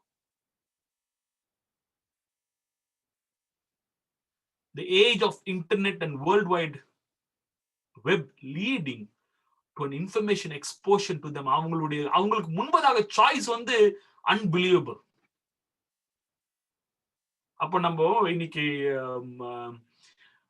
நம்முடைய திருச்சபையினுடைய அப்ரோச் எவ்வளவு மாற்ற வேண்டியதா இருக்கு. நம்ம 19th செஞ்சுரியில இருந்து வச்சுங்களேன் சர்ச்சா. இப்போ 21st செஞ்சுரியில வந்து போஸ்ட் மாடர்ன் மைண்டுக்கு நம்ம மீட் பண்ண மாட்டோம் லீடர். நம்ம இந்த வாலி பிள்ளைங்களாம் கோயில்ல கூட்டிட்டு அவங்கள குரூசிஃபை பண்ற மாதிரி உட்கார வச்சு பழைய கதைகளை நம்ம பேசிட்டு அவங்களுக்கு போர் அடிக்க சொன்னா அவங்க மேல கோவப்பட்டு வேற எப்படி இருக்கும் அவங்களுக்கு? அவங்களுக்கு முன்பாக இருக்கக்கூடிய காரியங்கள் பயங்கரமா இருக்கும்போது அந்த போஸ்ட் மாடர்ன் மைண்ட் ரீச் பண்ற அளவுக்கு நமக்கு எக்யூப் பண்ணிருக்கிறோமா ஒரு பெரிய கேள்வி. இன்னைக்கு சமுதாயம், society where individual freedom and individual opinion that challenges the system, structure and organization. அப்படி இல்ல நம்ம காலத்துல. இன்னைக்கு ஒரே ஒரு மனிதன், ஒரு எக்ஸாம்பிள் சொல்றேன், ஒரே ஒரு மனிதன், அந்த ஜார்ஜ் என்ற ஒரு பிளாக் அமெரிக்கன், அவனை வந்து போலீஸ் என்ன பண்ணாங்க, அவனை கொன்னுட்டாங்க. அந்த ஒரு event brought the whole world to stand still. One individual man matters. நாம் வாழ்ந்த காலத்துல வந்து the system, the structure, the organization was not questioned. கேள்வி கேட்க மாட்டோம் நம்ம லீடர்ஸ்ட. தப்புன்னு சொல்ல மாட்டோம், தப்புன்னு தெரிஞ்சோட சொல்ல மாட்டோம். அந்த சமுதாயம் அல்ல இந்த சமுதாயம். நாம் வாழக்கூடிய சமுதாயம் கேள்விகளை கேட்கக்கூடிய சமுதாயம். நான் ஒரு காரியம் சொன்னா என்னுடைய மகன் என்று கேள்வி கேட்பாங்க. That's a society we live. அப்படி அவர் கேள்வி கேட்கும் போது அந்த கேள்விக்கு நேர்த்தியாக தாழ்மையாக பதில் சொல்ல அளவுக்கு நம்முடைய மைண்டை வளர்க்க வேண்டிய அவசியம் உள்ளது நமக்கு. ஆனா திருச்சபையில சொல்லுவோம், கேள்வி கேட்காது, கேள்வி கேட்டா தப்பான ஆள் இவன். உங்களுக்கு வித்தியாசம் புரியுது? உங்களுக்கு எப்படி மாறுது society? Society is changed, but are we changing as parent and church? இன்னைக்கு வந்து சொசைட்டி as a mind, இந்த காலகட்டத்தில் கூடிய பிள்ளைகள் வந்து ரெண்டு காரியம் கேட்பாங்க, how and why. நீங்க போய் சொல்லி பாருங்க உங்க பிள்ளைங்கள்ட்ட, ஏன் டாடி, எப்படி டாடி? That's a mind. இந்த வயசு வரைக்கும் என்னுடைய மனைவியோ நானோ அந்த மாதிரி கேள்வி கேட்டிருக்க மாட்டேன் என் பெற்றோர்கிட்ட. ஆனா என் பிள்ளைகள் கேட்பாங்க. The society has changed. கடைசி point, post modern society is an intense lifestyle, unbelievable. இன்னைக்கு எனக்கு நல்ல ஞாபகம் இருக்குது, எங்க அப்பாக்கு வேலையில இருந்து வருவார். எங்க அப்பா வேலையில இருந்து வருவாரு, ஒரு கேட்டுருக்கலாம் நான் சொல்றத, அழகா உட்கார் நல்லா குளிப்பார், நல்லா ரிஃப்ரெஷ் போய் குளிப்பார், வீட்டுல உட்காருவாரு. அவருக்கு ஈவினிங் டைம் இருக்கும். நானே என் ஒய்ஃப் 24/7 ஒர்க் பண்றேன் இப்பெல்லாம். வேலைக்கு போயிட்டு அதே இன்டென்ஸ் ஒர்க் அட் ஹோம். வேலை இன்டென்ஸ், ஒர்க் பிளேஸ்ல இன்டென்ஸ் இருக்குது. நமக்கு work is no more easy. Education, கல்வி ஈஸி இல்ல. இப்போ பிள்ளைங்கலாம் படிச்சிட்டபடிதான் இருக்கிறாங்க. ஏன்னா அவ்வளவு படிக்க வேண்டியது. Intense life has become intense. இந்த இன்டென்ஸ் லைஃப்ல வந்து ஸ்பிரிச்சுவல் ஆஸ்பெக்ட் இல்ல கவனம் செலுத்த முடியாம போகிறது.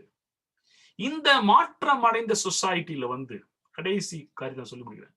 இந்த மாற்றம் அடைந்த சொசைட்டில நீங்கள் நானும் மிக முக்கியமாக பிடித்துக் கொள்ள வேண்டிய ஒரு காரியம் என்னன்னா, giving that attachment both at home and church. நம்முடைய வாலிப பிள்ளை திருச்சபை வராங்க. வரும்போது how do they feel the church? அவங்க வந்து ஸ்கூல் முடிச்சு வீட்டுக்கு வராங்க. how do they feel at home?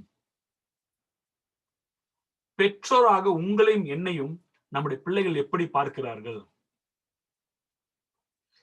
நண்பர்களாக என்னோட அப்பா என் அம்மாவோட நல்ல நெருக்கம் இருக்குன்னு பாக்குறாங்களா, அல்லது அவருடைய பார்வை வேறதாக இருக்குதா? இவைகள்லாம் பெரிய பாதிப்புகள் ஏற்படுத்தலாம். அவர்கள் வந்து ஒரு ஏஜ் வந்து டிசிஷன் எடுக்கும் போது வேறு விதமான டிசிஷன் இருக்குது வாய்ப்பு உள்ளது. நான் முழுசா முடிக்கல, அதனால நான் அப்ரப்டா நிறுத்த வேண்டியிருக்குது. டைம் பாஸ்டர் எட்வின், நான் hand over the time back to you. Thank you pastor Ebi. உண்மையிலே நமக்கு கேட்கக்கூடிய காரியங்கள் நிறைவே இருக்கிறது. இருந்த போதிலும் இந்த வேலையிலே போதுகிற எபி அவர்களுக்கு நான் நன்றி செலுத்தி கடமைப்பட்டிருக்கிறேன். ஏன்னு சொன்னால், இங்க கவனம் செலுத்தக்கூடிய நிறைய விஷயங்கள் இருக்கிறது. அதை நாம் செலுத்த விட்டால் பிற்காலத்துல நம்முடைய பிள்ளைகள் மனநிலை எவ்வளவு பாதிக்குது என்பது குறித்து அவர் விளக்கத்தை சொன்னார். இது என்னன்னு சொன்னாக்கா, இளையவர்களாக அல்லது டீனேஜரா இருக்கும் பொழுது அந்த காலகட்டத்துல தான் அவங்க குணங்கள் மாறுது. தெரியல, சூழ்நிலைகள் அல்லது இன்றைக்குள்ள காலகட்டத்தில் அநேக காரியங்கள். சற்று முன்பாக டாக்டர் பாஸ்டர் எபி சொன்னது போல, இன்றைக்கு இன்டர்நெட் எக்ஸ்போஷன், அது இன்ஃபர்மேஷன் தகவல் வந்து பரவலாக இருக்கிறது. அதை அங்கே பார்த்து கற்றுக்கொள்றாங்க.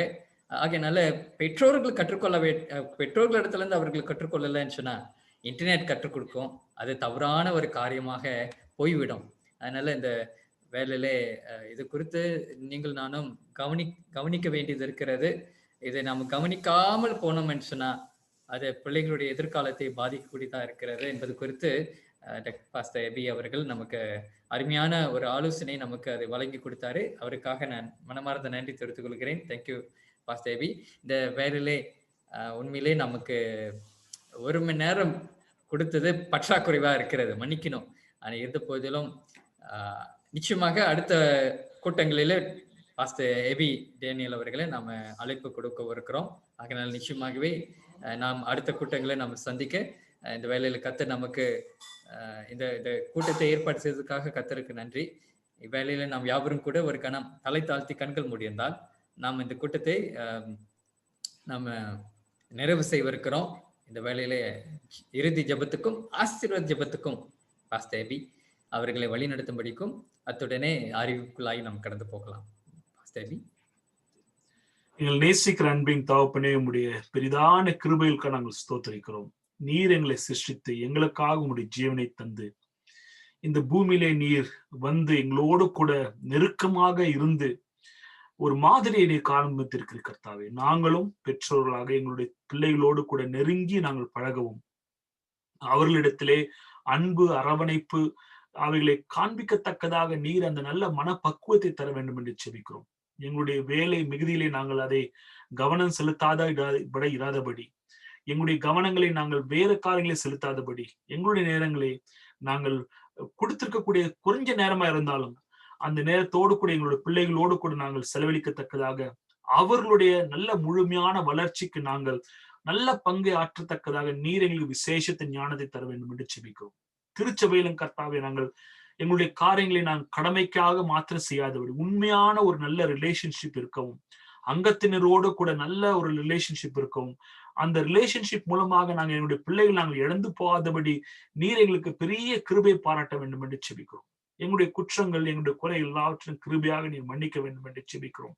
எங்களுக்கு பரலோகத்தின் ஞானத்தை தாரும், உம்முடைய கிருபையை தாரும், உம்முடைய தயவை நீர் தர வேண்டும் என்று செபிக்கிறோம்.